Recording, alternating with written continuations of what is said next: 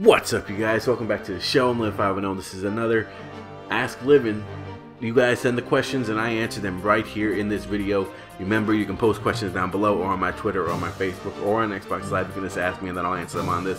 But I want to give you guys a quick update on the association. I am fighting for the top spot in the West, but Dragon Slayer is really holding on to that. So I really have to fight for it. I've kind of been losing to the computer, which is frustrating. Obviously, the East, there are some surprises there. You guys see the Miami Heat kind of falling down below.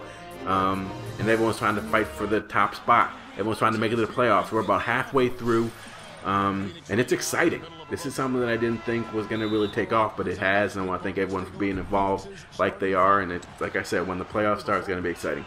This is actually a game in the association. I'm going up against the Indiana Pacers.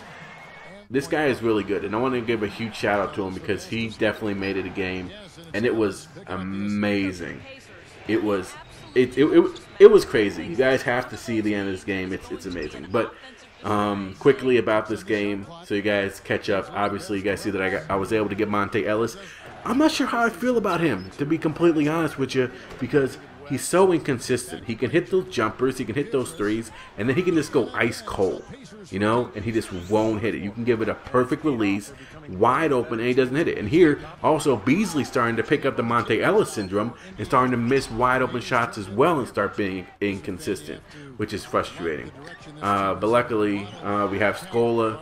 But the unfortunate thing about getting Monte Ellis is I had to give up Gortat and Shannon Brown. Here Monte Ellis is able to penetrate, just showing you some of his best skill sets. So I'm not sure if that was the best trade, but it's something I got to deal with. And there may be another trade looming if that gets accepted, and I will let you guys know when that happens. So here, breakaway, and then Beasley throwing it down, baby, with one hand. I mean, like I said, Beasley is inconsistent, but when he gets hot, and he definitely has been helping me with his shooting ability. Defense, not so much. But, you know, when you need points, if you score more points than the opposing team, you win. So at the end of one, he's actually beating me, which is kind of crazy. So let's get into the question. So the first question is Xbox or PS4? Now, I got this question in the last video and I answered it, but obviously with the new developments happening, I was really thinking about getting a PS4, to be honest with you, just because the Xbox wasn't going to allow you to use games. And I mean, if you play Xbox, you know that your games get scratched and you don't know how, and there's a whole suspicion that the Xbox actually scratches your games. So you would have to go out to GameStop and pick up a new one. And it was something that I didn't want to do. I didn't want to get the Xbox One if that was going to keep happening, because then you would have to buy a whole new one. You couldn't buy used games. So GameStop would basically go out of business. But luckily they came to their senses and everything worked out. See here, Ellis missing the shot. He's wide open. It doesn't make sense. Plus he said that it was a bad shot, but it's not. Whatever. Okay. So I'm going to have to go with the Xbox One, just because I absolutely love the Skype feature and I love the fantasy football, which will be going on with me and my fans as well as Dawkins, and that'll be exciting to do. So definitely hit me up if you are interested in that. We're not going to start anytime soon, obviously, because the football season isn't even close to starting yet. But just so you guys know, that's looming in the future. Alright, next question. Why don't I curse in my videos? Now, this is something that a lot of people have asked me, because if you look at my previous videos, my early videos, you will see that I curse more than I do now, especially in those team-up videos. And that is basically just because I feel like back then I wasn't as polished as I am now. But at this point in my YouTube career, I really wanted to reflect myself. You know, I'm going out and representing myself, being that brand. I don't really want, you know, people to be watching my videos and saying, yo, I don't really want this guy to come to my parks and talk to my players. You know what I mean? When I go to these parks and I meet the ambassador or whatever, the ambassador for public relations, and I give him the link to my videos, I don't want him to see my videos and hear me cursing like a storm. You know what I mean? So I don't do that. And me personally, in real life, I don't curse either. You know, I mean, I feel like when you start cursing like that, you kind of, it's not really professional, you know? That's just how I grew up, and that's how I was raised, and I don't really associate myself with anyone that does curse like that. But hey, if you like to curse, do your own thing. It's just not something that I do. So I'm sorry if that frustrates anyone, but you know what? You can go. No, I'm just kidding. Alright, next question. What's your top MLB parks and why are they your top MLB parks? Alright, It's got to be Oakland. Has to be in there just because of the history that I have with it. It's a dump. I accept that. It's a dump, but it's our dump, man.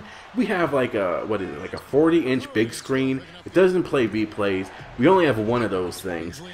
It's dirty. It's dusty. The seats are broken down. The lights don't work. It's just a dump, but it's beautiful. It's absolutely beautiful. I encourage everyone to go there before the A's do move to Fremont or wherever they're gonna go, because it definitely has history. And when it's packed and it's rocking and you got a ton of hippie fans there, it's amazing. Fenway Park has to be another one. Wait, that's not right. Fenway Park. There it is. That has to be one. Oh man, beautiful. I was lucky enough to go there a couple years ago, maybe even longer than that. I don't know. But it was a great time, and I hope that I can go back there again. It's sold out every single day. The big monster, the green monster is amazing. So that definitely is up there. Milwaukee, a relatively new ballpark, but I love it. And maybe I'm biased, I don't know, but I love the whole sausage race. I think that's hilarious. I love that when you hit a home run, the guy slides down the slide. It's a gorgeous stadium, so I got to put that up there on my top ballparks. Wrigley has to go up there, one, because of the community urinals. It's good and bad at the same time, depending on who you go with, and the history, man.